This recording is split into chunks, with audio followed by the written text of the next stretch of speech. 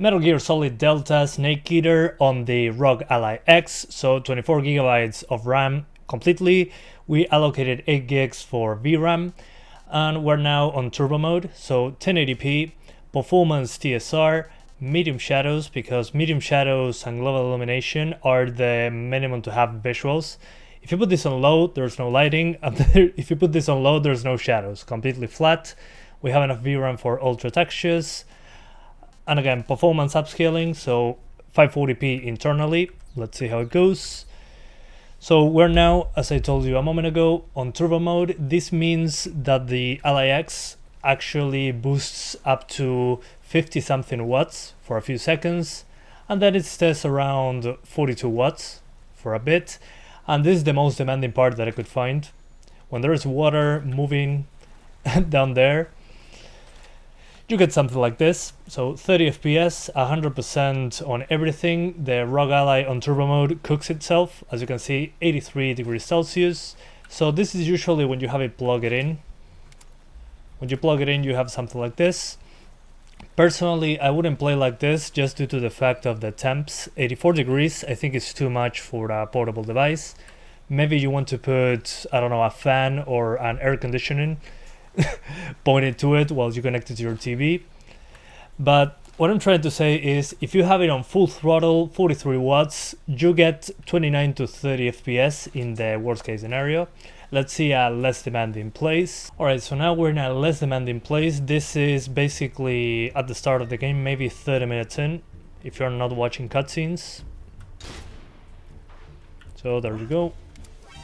Oops, I forgot to equip my pistol. My bad. So the thing is, when particles show up close to the camera, like you saw a moment ago, it drops pretty hard. So you can disable the particles manually if you want to. I have a video in the description with, not a video, a guide on how to disable those. So you lose those particles, but the game runs better. So explosions make it drop. It also happens on the consoles. But again, this area is less demanding than when you're into the water.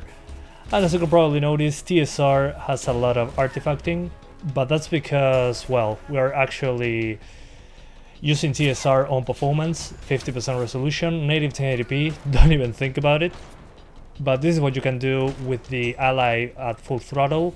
Personally, what I would recommend instead of cooking your ROG Ally is to, instead of turbo, go into manual and put everything up to 30 watts.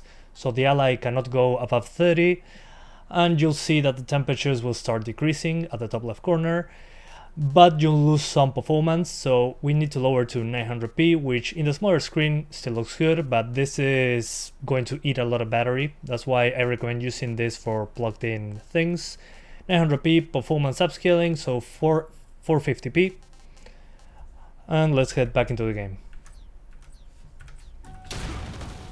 Alright, we're back into the game now. With particles close to the camera, we still drop into the upper 20s. Usually you don't want to be in full combat all the time, but hey. And as you can see, the Ally now, instead of 80 to 90 degrees, is in the mid 70s. You can increase the fan speed if you want to.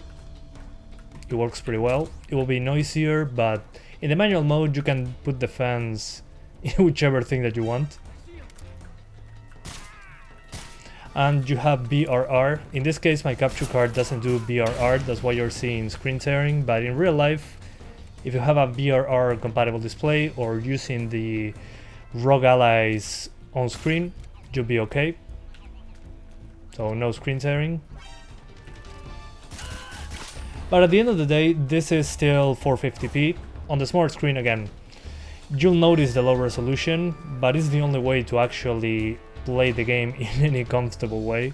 Then what about the demanding area? Well, at 30 watts, 900p performance upscaling, you get something like this.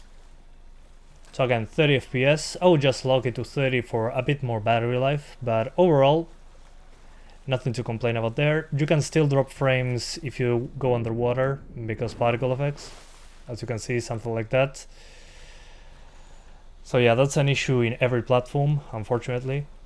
So if you disable those Niagara particles that are not properly implemented, you won't have those water splashes or the particles from the ground when you hit the ground, but you'll avoid those performance drops. You can lose like 50% performance for a split second with those effects on screen, so I highly recommend you do that for performance optimization.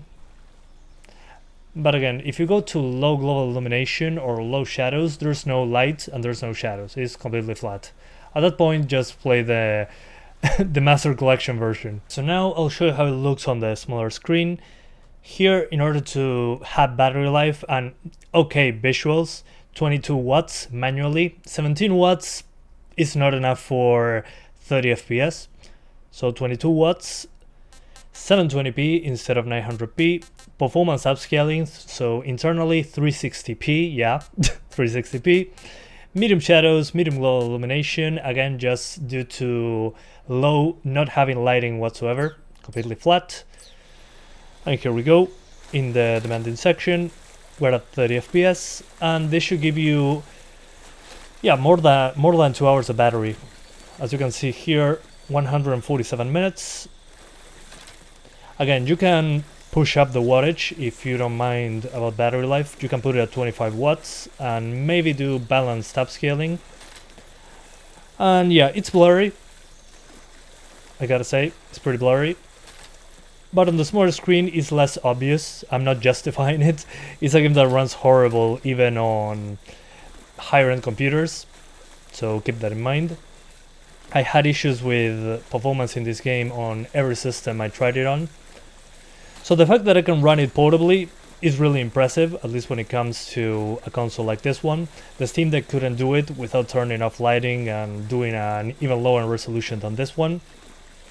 So I gotta say, I'm pretty impressed. I wasn't expecting to being able to hit even 30 FPS, and this gives you 2 hours and 20 minutes of battery with 30 watts is what it's eating.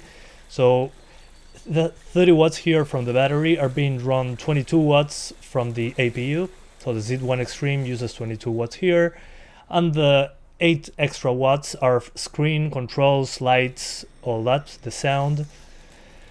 And here that I'm in a different section that is less demanding. Oops, I hit a button that I shouldn't have.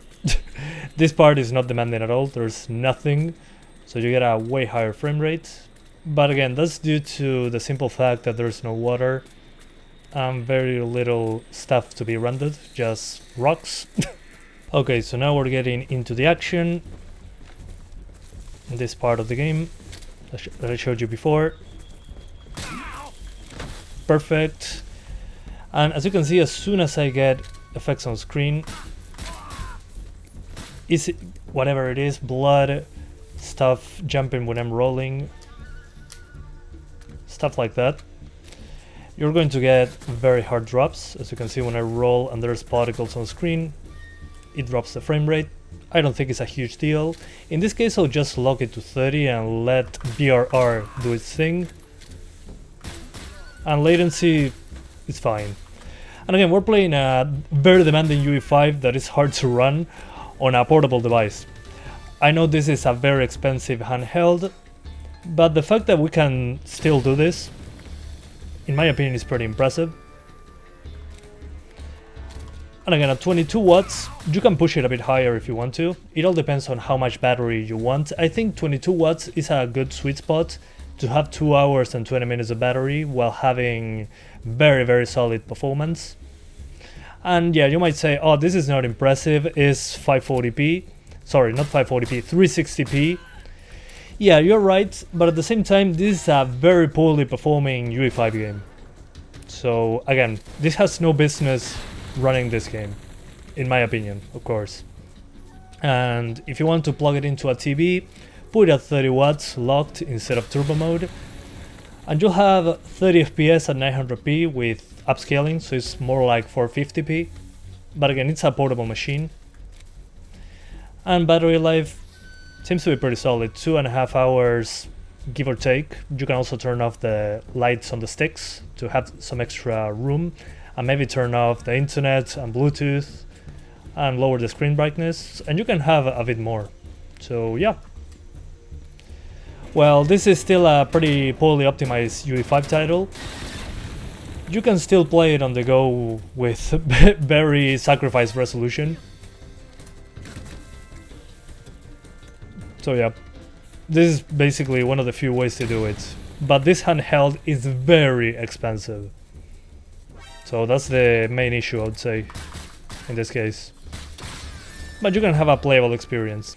So what can you do if you put it at 30 watts? Maybe you don't care about battery life, so 30 watts will be the boost for a few minutes, then it will go down to 25.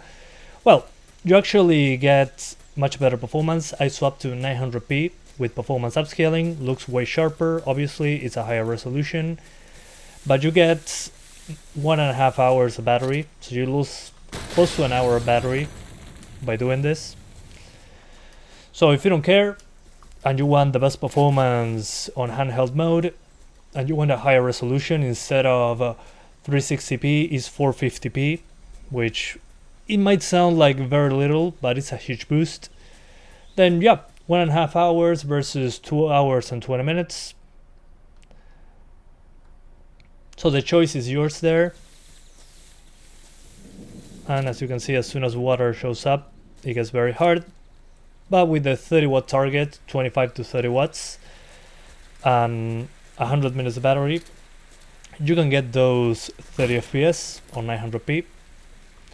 So yeah, that's it for now. Thank you guys so much for watching. I hope you enjoyed it as much as I did showing it off on the ROG Ally X. If you want to see more content on this console, let me know in the comments, and I'll see ya next time. Bye guys, thanks for watching.